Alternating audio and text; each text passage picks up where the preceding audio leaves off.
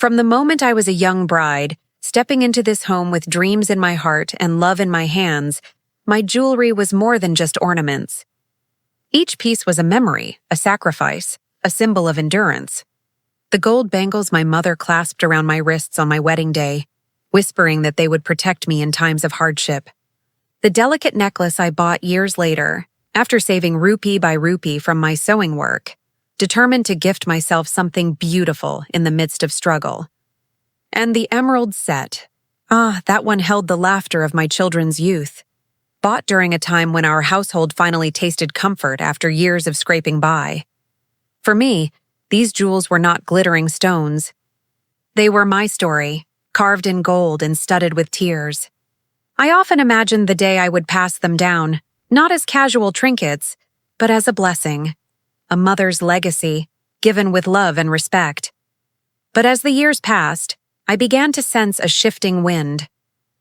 My son, my pride, the boy I had raised with so many sacrifices, had married a woman whose eyes lingered too long on those ornaments. At first I brushed it off. Perhaps it was admiration, I told myself. Perhaps she simply appreciated their beauty. But then came the subtle hints, the way she would ask me casually about their worth, the way she sighed that modern women don't need to wait for blessings. They can take what they want. Her words stung, but I swallowed my discomfort. A mother always wants peace in her home, and I thought silence was better than confrontation. One evening, as I carefully polished a set of bangles, my son walked in. He looked at them with a smile I couldn't quite read. "Ma," he said casually, "don't you think my wife will look beautiful in these jewels someday?" My heart skipped a beat. His words were spoken lightly, but they carried a weight that sank deep into my chest. Someday? The way he said it wasn't about blessings or legacy. It was about ownership, about transfer, as if my years, my sacrifices, my memories could simply be handed over without my voice, without my choice. I forced a smile, but inside, unease grew like a storm cloud. Was my son beginning to see my jewels not as my life's treasures, but as his possessions to distribute? That night, as I placed each piece back into its box, my fingers trembled. For the first time, the jewelry didn't feel like my shield. It felt like a target, something others were circling around, waiting to claim, and in my son's careless words, I heard the first crack in the bond I thought unbreakable. The very next week, my house was filled with voices and laughter. Relatives had come over for a small family gathering, teacups clinking, children running through the hallways, and conversations drifting from politics to recipes. I stood in the corner of my living room, adjusting trays of snacks, silently proud of the warmth my home still carried. But beneath that warmth, my heart was uneasy. My son's words from days ago still rang in my ears. My wife will look beautiful in those jewels someday. I tried to push the thought aside, convincing myself I had misunderstood. Surely he knew the meaning behind those ornaments. Surely he respected their history. As the evening stretched on, my daughter-in-law sat at the center of the room, her smile perfectly painted, her words dripping with a sweetness that felt practiced. She laughed louder than anyone else, and her eyes, those restless eyes, kept drifting toward the cupboard in my room. Toward the very place where my jewelry rested, and then, without warning, it happened. In front of everyone, my son stood up, holding my wooden jewelry box in his hands. My breath caught in my throat. I hadn't even noticed him slipping away to fetch it. He carried it to the center of the room as if it were nothing more than a tray of sweets. With a proud smile, he placed it in his wife's lap. "Here," he announced, his voice bold and careless. "A gift from the family to my wife. She deserves it." The world stopped. The chatter faded, the laughter died, and I felt the room tilt under my feet. My jewelry box, the very box that held my mother's bangles, my wedding necklace, my life's sacrifices, was sitting in her lap like a casually wrapped present. My daughter-in-law gasped theatrically, her hand covering her mouth. Then she laughed, clutching the box to her chest. "Oh, thank you. I always said I'd bring modern energy to this family. These old traditions need a fresh touch, don't they?" Her words sliced through me like glass. Old traditions? Was that what she thought of my years of sacrifice? Of my mother's blessings woven into each piece? I looked at my son, desperate for him to correct her, to say it wasn't permanent, to laugh it off as a joke. But he only smiled, resting a hand on her shoulder as though he had done something noble. The relatives exchanged uneasy glances. Some whispered, others avoided my eyes. I stood frozen, my hands trembling at my sides. My lips wanted to speak, but my voice refused to leave me. The jewelry box clicked open. My daughter-in-law pulled out my emerald necklace, the one I had bought with the savings from years of sewing by candlelight. She held it up against her neck and twirled, her laughter echoing. "Look, doesn't it suit me? I told you I was made for these things." The humiliation was unbearable. My life's treasures, my identity, my dignity, paraded in front of me as if they were nothing but ornaments in a shop window. And yet, not a word of protest left my son's mouth. Instead, he looked at me, almost casually, and said, "Ma, you should be happy. What better gift can there be than seeing your jewelry live on through her?" My heart cracked. Live on through her? They were still mine. I was still alive. And yet, in that single moment, he had declared me irrelevant. The room was suffocating. I could barely breathe. Guests pretended to sip tea, their eyes darting between me and my daughter-in-law, waiting for me to react. But I stood still, my dignity warring with my desperation. The laughter, the flaunting, the casual dismissal of my worth. It was more than I could bear. I excused myself quietly, retreating into my bedroom where the walls at least would not judge my tears. Moments later, my son followed. He closed the door behind him, his voice low but firm. "Ma, why are you upset? It's just jewelry. She's my wife now. Doesn't she deserve what belongs to the family?" I turned to him, my voice trembling. "It belongs to me. It is my life, my blood, my sacrifice. How could you hand it away without my blessing?" But instead of remorse, his face hardened. "Ma, you're being old-fashioned. Times have changed. Don't make this into a drama. My wife is my partner, and she has every right to what's mine. And yours." Those words pierced deeper than any knife. Yours. He had erased the line between mine and his, between legacy and possession, between respect and entitlement. Tears blurred my vision, but I stood rooted, my nails digging into my palms. For the first time in my life, I looked at my son and felt the sharp sting of betrayal. The days that followed were heavy with silence. My house, once alive with warmth, now echoed with whispers and cold stares. Word of what had happened spread quickly. Neighbors, relatives, even distant friends had heard the story of the mother whose son had stripped her dignity by handing over her jewels to his wife. Some pitied me, others judged me. I could feel it in their voices when they visited, in their lingering glances at my bare wrists and empty neck. The bangles, the necklace, the earrings that once gleamed with pride now glittered mockingly on someone else. And she, my daughter-in-law, wore them without shame. She walked around the neighborhood with her chin held high, draped in my heirlooms as though she had earned them. At gatherings, she would lean in close to women her age, laughing as she told them, "These were a gift from the family. My husband knew I deserved them. Deserved." The word burned me from the inside. What had she done to deserve them? Had she worked through sleepless nights, stitching clothes by the light of a dim bulb? Had she pawned her dreams to build a future for her child? No. And yet she strutted about, displaying the jewels as trophies of her conquest. I tried to reason with my son. One evening I called him to sit with me. My voice trembled, but my heart poured out its truth. "Beta," I said softly, "those jewels are not just ornaments. They are my story, my sacrifices. They were meant to be passed on as blessings, not snatched as prizes. Don't let your wife mock what she doesn't understand. Please return them to me." For a fleeting moment, I thought I saw hesitation in his eyes, but it vanished as quickly as it came. He leaned back, shaking his head. "Ma, you're overthinking this. She's my wife. What's mine is hers, and what's yours is mine. Why can't you accept that this is how modern families work?" His words left me speechless. Modern families? Was disrespect the new modernity? Was betrayal rebranded as progress?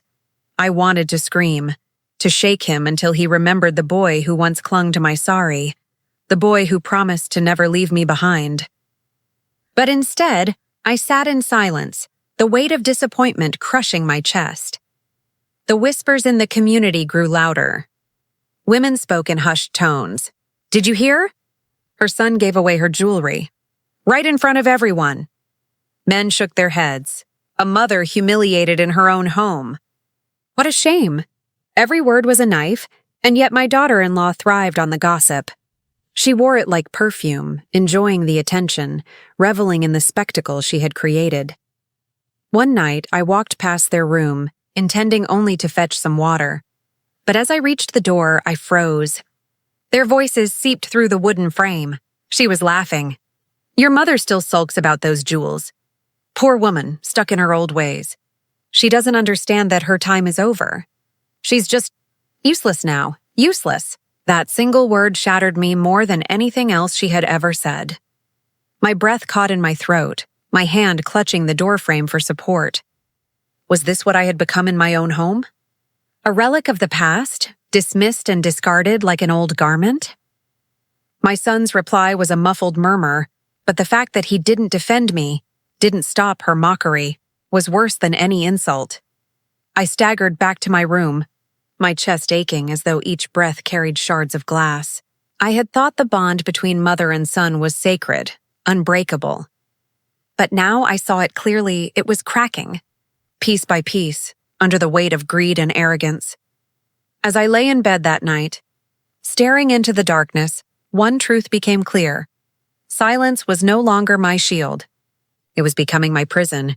And if I didn't act, those jewels, and the dignity they represented, would never be mine again. The invitation came a few weeks later. A cousin's wedding, grand, lavish, and expected to draw the entire family together under one roof. I hesitated at first. My heart was still raw from the wounds inside my own home, but refusing to go would only invite more gossip, more whispers. So I dressed quietly that morning, wrapping myself in a plain sari, the kind I wore when I had no ornaments to match. My wrists were bare, my neck empty. For the first time in years, I felt exposed, not from poverty, but from the absence of dignity. When we arrived, the air was thick with music and laughter. Women glided in heavy silks, their jewelry shimmering in the light, each piece telling its own story of heritage and pride. And then she entered, my daughter-in-law, my heirloom jewels glistening against her skin as if they had been hers all along. The room shifted. Conversations faltered, eyes widened, and slowly, heads turned toward me. There she was, my daughter-in-law, parading across the hall like a queen, my emerald necklace catching every ray of light. The bangles that once clinked with my hard-earned joy now jingled mockingly with each step she took. She smiled at the guests, tilting her chin just enough to draw attention. "Oh, these?" she said when someone admired the pieces. "They were a gift from the family. My husband knew I was the rightful one to carry them forward." Her words echoed through the hall like a drumbeat of shame. People glanced at me with pity, some shaking their heads, others whispering behind veils. I stood rooted, my body stiff, my face frozen in a strained smile that barely held back the flood rising inside me. I caught sight of an older aunt, her eyes filled with sorrow as they met mine. She mouthed silently, "How could he do this to you?" I looked away, the weight of humiliation pressing harder against my chest. As the evening carried on, the whispers grew. Children pointed, women exchanged knowing looks, men murmured among themselves. I was no longer the respected elder, no longer the matriarch whose word carried weight.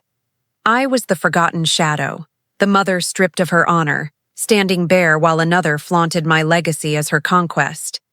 At one point, my daughter-in-law walked past me, her lips curving into a sly smile. She leaned close, her voice just low enough for me to hear. "You see how they admire me? These jewels were wasted on you. I give them life." My fingers tightened around the edge of my sari, the urge to snatch back what was mine, To shout the truth in front of everyone burned hot in my chest. But my voice stayed locked behind my pride. I would not break in public. Still, the shame was unbearable. I slipped away quietly, stepping out into the cool night air, my tears finally spilling in the darkness. The stars above blurred as I whispered to myself, "Enough. I cannot let this go on. If I stay silent, I will lose everything. My jewels, my respect, my son." And just then, as I wiped my tears, I felt a gentle hand on my shoulder. An elder relative, one of the oldest in the family, stood beside me. His eyes carried both pity and wisdom. "Don't give up," he murmured softly, his voice steady. "These are not just ornaments. They are your honor, your right. Remember, you still hold the power to turn this around." His words settled in my heart like a spark in the darkness. For weeks I had drowned in helplessness, but in that moment resolve began to form. I had been silent too long.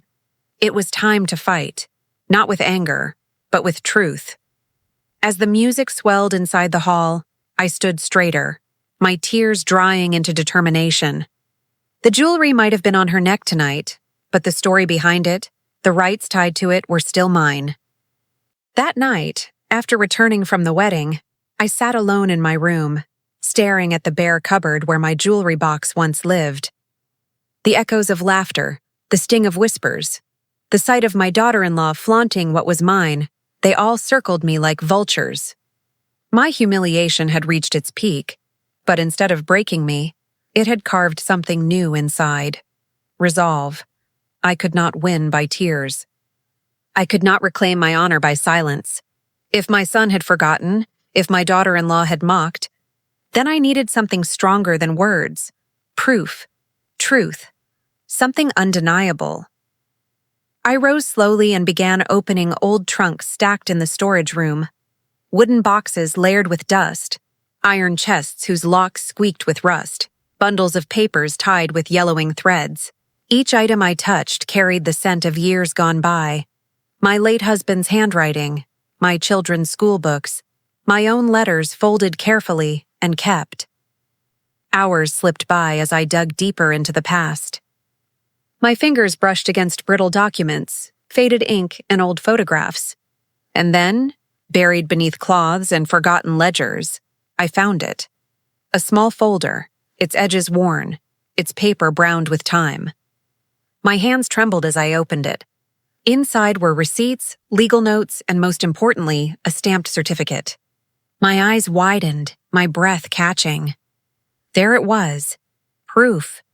The jewelry had not been gifted by my husband, not purchased by my son, not taken from some joint family wealth. It had been registered in my name, passed down from my mother, documented as my personal property. Every bangle, every necklace, every chain was mine, legally and rightfully. Tears filled my eyes, but this time they were not born of helplessness. They were tears of relief, of power regained. For the first time in months, I felt the ground steady beneath my feet. My humiliation had an antidote, and it was resting in my hands. As I held those papers close, 1,000 memories flooded back. My mother's words on my wedding day, "These are yours. Never let anyone take them from you." I had almost failed her, almost let her legacy slip into greedy hands. But now, her voice felt alive again, guiding me, reminding me that honor was never meant to be surrendered. With trembling determination, I hid the folder safely in my room. I knew I couldn't rush. To confront them without planning would only invite more mockery. I needed to wait for the right moment, the right audience, the right strike that could not be ignored. But fate, it seemed, had other plans. The next evening, as I passed by their room, I heard their voices again. Low, urgent, sharper than usual. I paused, my heart tightening, her voice first, eager, almost excited. "We should sell some of the pieces. The necklace alone will fetch lakhs. Why let them sit in a box when we could buy a car, maybe even put down payment for a new flat?" My breath froze. Sell them? My life, my sacrifices reduced to quick cash for their desires? Then came my son's hesitant murmur. "But Ma..." She cut him off, her tone sharp. She won't do anything. She's weak. Always crying, always quiet. You gave them to me in front of everyone. They're mine now. She wouldn't dare stand against us. Her confidence was like poison. She believed I was powerless.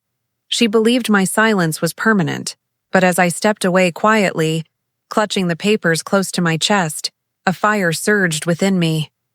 They thought me broken. They thought me too weak to fight. They had no idea that the very proof of their theft lay hidden in my hands. The next week, the house was full again. Relatives had gathered for another family function, an anniversary on my husband's side. The courtyard buzzed with voices, the smell of food carried through the air, and laughter rolled like waves. But inside me there was no laughter, no ease. I had been waiting for this day. Waiting for the moment when witnesses would be present, when my words would not be brushed aside, when their cruelty could not hide in the shadows. The papers rested safely in my blouse pocket, warm against my chest, as if my mother herself was reminding me to be strong.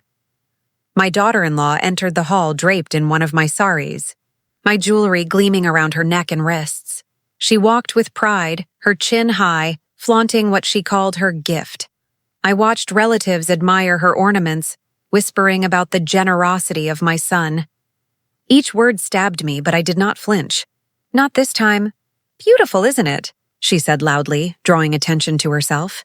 All from my husband's side of the family. A true blessing for me. The words were chosen carefully, meant to remind me of my humiliation. Her eyes even flickered toward me, lips curling in a slight smirk. But instead of shrinking, I rose. My chair scraped against the floor, the sound sharp enough to hush the room. Dozens of eyes turned toward me. My heart pounded, but my voice, steady, clear, cut through the chatter. Yes, I said slowly. They are beautiful, but they are not yours. A stunned silence followed. My son shifted uncomfortably, his face tightening. My daughter-in-law blinked, then let out a laugh, too loud, too forced. Oh, Ma, she said sweetly. Don't embarrass yourself in front of everyone. I stepped forward, closer, my eyes locked on hers. I have stayed silent long enough. Today, in front of the people who matter, I will speak. Gasps rose from the crowd. My daughter-in-law's smile wavered, her hand clutching the necklace as if I might snatch it away. My son stood, his voice trembling. Ma, please, this isn't the time. This is exactly the time, I interrupted, my voice sharper than ever before. You humiliated me at a wedding. You stripped me of my honor in front of strangers. Today, I take it back. I reached into my blouse pocket and pulled out the folder. My fingers did not shake as I unfolded the brittle documents and held them high. Here, I declared, my voice echoing through the hall, is the truth you cannot deny. Relatives leaned closer, murmuring, eyes wide with curiosity. I handed the papers to my husband's elder brother, the respected figure in the family. He adjusted his glasses, reading carefully, his expression hardening with every line. Finally, he looked up, his voice firm. These ornaments, he announced, are not the son's property, not the daughter-in-law's dowry. They are registered under her name. They belong solely to her, he pointed at me, to the mother. This is her legal and rightful possession. A wave of shock rippled through the crowd. Some gasped, some whispered in outrage, others glared at my son and his wife. My daughter-in-law's face drained of color. She stammered, This is a lie. He gave them to me as a gift. Gift? I repeated, my voice sharp, cutting. How do you gift what you do not own? Her eyes darted around the room, searching for an ally, but found none. Relatives now looked at her with disgust, with judgment. My son stood frozen, shame burning on his face, sweat glistening at his temples. I stepped closer to him, lowering my voice but making sure all could hear. I raised you, gave you everything, trusted you with my heart. And this is what you chose? To steal from me? To hand over my legacy as if I were already dead? His lips parted, but no words came. The silence of his guilt was louder than any defense. The elder brother slammed the papers on the table. This is shameful. To rob your own mother. To let your wife flaunt what was never hers. Have you no conscience? Murmurs of agreement filled the air, each word like a stone hurled at them. My daughter-in-law's face twisted with rage and fear, but for the first time she had no laughter, no boldness. Only silence. I stood tall, my shoulders squared, my voice calm but unyielding. You called me weak. You called me powerless. But today, the truth has spoken louder than your greed. These jewels will return to their rightful place, or this matter will not end here. The crowd's eyes burned on them, and for the first time, they looked small, cornered, defeated. The hall buzzed with uneasy whispers, but my daughter-in-law's sharp voice cut through the murmurs like a blade. You think you've won, don't you? She spat, her face twisted with fury. You wave a few yellowed papers and suddenly everyone believes you. But let me tell you this, Ma. If you take back those jewels, you'll lose your son forever. Her words struck like poison, but I did not falter. I stared at her, unblinking, letting her threat hang in the air for all to hear. My son shifted nervously, torn between the eyes of the family and the grip of his wife's hand clutching his arm. Is that your weapon? I asked quietly, my voice steady. A threat to break a bond between mother and child? If my son's love can be bought with gold, then perhaps I have already lost him. The room fell still. The weight of my words lingered like smoke after a fire. My daughter-in-law's lips trembled, but she masked it with another burst of anger. You old woman, she hissed. You cling to dusty traditions thinking they give you power. Times have changed. I am the wife now, the future of this family. These jewels belong with me. Her arrogance was a final arrow aimed at my heart. But instead of piercing me, it gave me strength. I stepped forward until I stood face to face with her, my voice ringing with unshakable resolve. No, I said, each word like thunder. They belong to honor, to sacrifice, to love passed down from mother to daughter. You wear them like trophies, but you will never understand their worth. You see only gold and glitter, not the tears that bought them, not the prayers whispered over them. That is why you can never truly own them. Her eyes blazed, and in desperation she ripped the necklace from her throat and held it out defiantly. Then take them. Take them and see how empty your life will be without your son. He chose me, not you. All eyes turned to my son. His face was pale, his chest heaving. He looked at the jewels in her hand, then at me. His mother, standing tall, her dignity finally unshaken. I saw the boy I once raised flicker in his eyes. But before he could speak, his wife's voice rose again, dripping venom. You pampered him all his life, and yet he still chose me. What does that tell you? You are nothing now. Useless.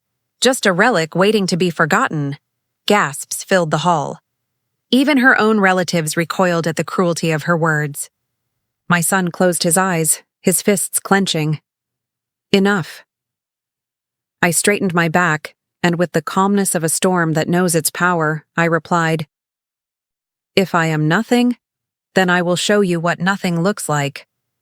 I will reclaim my jewels, not because they are ornaments, but because they are my right. And if it costs me a son, then so be it. A son who allows his mother to be insulted is no son at all. The hall erupted in murmurs, some voices crying out in support, others in shock. My daughter-in-law's face twisted, her last mask slipping away. You'll regret this, she screamed. If you take them back, I swear he will never forgive you. But this time it wasn't me who answered. My son's voice cracked through the chaos. Enough! He shouted, his eyes blazing with a mixture of shame and pain. He pulled his arm free from her grip, stepping forward until he stood between us. Stop using me as your shield. Stop poisoning me against the woman who gave me everything. My breath caught. For the first time in months, his words felt like his own, not hers. His wife staggered back, stunned. What are you saying? He turned to her, his voice trembling. I gave you those jewels because you made me believe it would make you love me more. You told me I was weak if I couldn't stand against my mother. I thought I was proving myself to you, but all I did was betray the person who raised me. The hall fell into absolute silence. Every word landed like a hammer against stone. Tears blurred my eyes, but I held them back, listening. He turned to me then, his face pale, his voice breaking. Ma, I was wrong. I let her pride blind me. I forgot what those jewels meant, what you mean. Forgive me. The hall seemed to breathe again. Some gasped, some wiped their eyes, others nodded with approval. But my daughter-in-law's face hardened into stone. You fool, she whispered, her voice venomous. Do you think this will change anything? Without me, you are nothing. But her words no longer held power. For the first time, my son did not bend beneath them. He faced her with new strength. If being with you means betraying my mother, then I would rather have nothing. The necklace slipped from her fingers, falling to the floor with a sharp clang that echoed through the hall like the sound of chains breaking. The clang of the fallen necklace still echoed in the hall when silence swallowed us whole. My daughter-in-law's face had darkened, her eyes sharp as daggers, her lips quivering with words she had held back too long. You think you've won, she hissed, her voice low, trembling with rage. You all look at me like I'm greedy, like I'm a thief. But do you know why he gave me those jewels? Do you? The hall buzzed again, voices rising in confusion. My heart pounded, for I sensed a storm about to break. She turned to my son, her voice sharpening. Tell them what you told me when you placed those jewels in my hands. Tell them the truth, that you were tired of living in your mother's shadow, that you wanted to prove you were a man of your own house. That's why you gave them to me. Her words cut like glass. Gasps rose from the crowd, eyes shifting to my son. His head dropped, his chest heaving as though each breath carried the weight of a lifetime. I wanted to deny her, to defend him. But something in his face told me this was his battle to fight.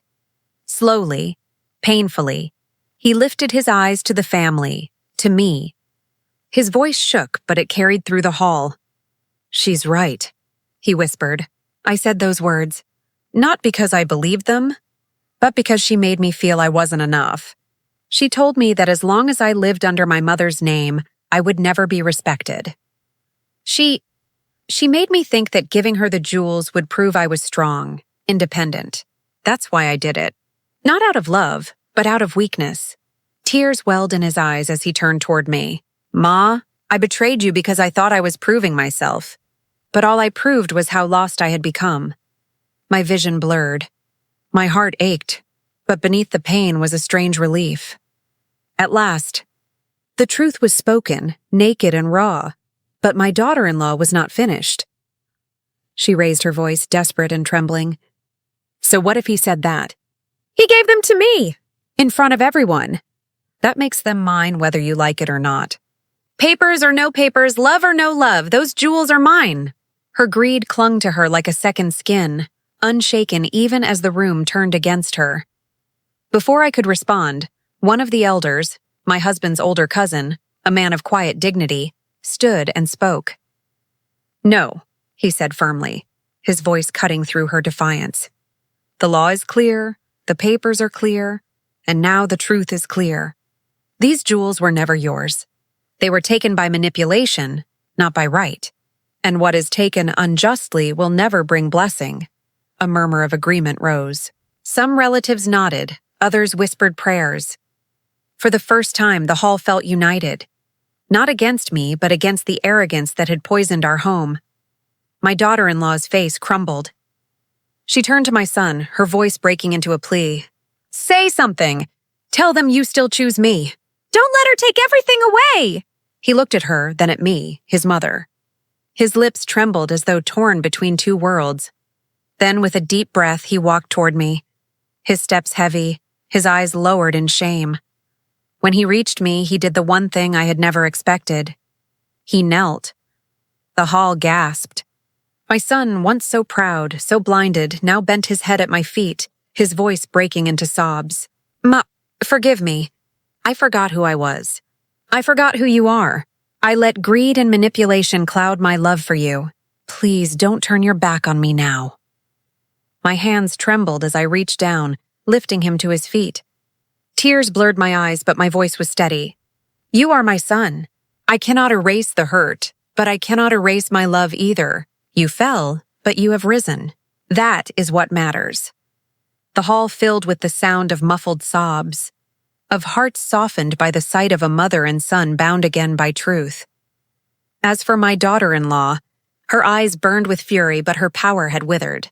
The jewels she once flaunted lay lifeless on the floor, no longer symbols of status, only of shame. Without them, she seemed smaller, her arrogance stripped away for all to see. I gathered the jewelry with careful hands, not as ornaments but as sacred relics of a love passed down. Holding them close, I spoke the words my mother once told me. Dignity is more valuable than gold. These jewels are nothing if not carried with respect. Silence fell again, but this time it was reverent, heavy with lessons carved into every heart present. And as the evening faded, I sat alone once more in my room, the jewels resting safely where they belonged.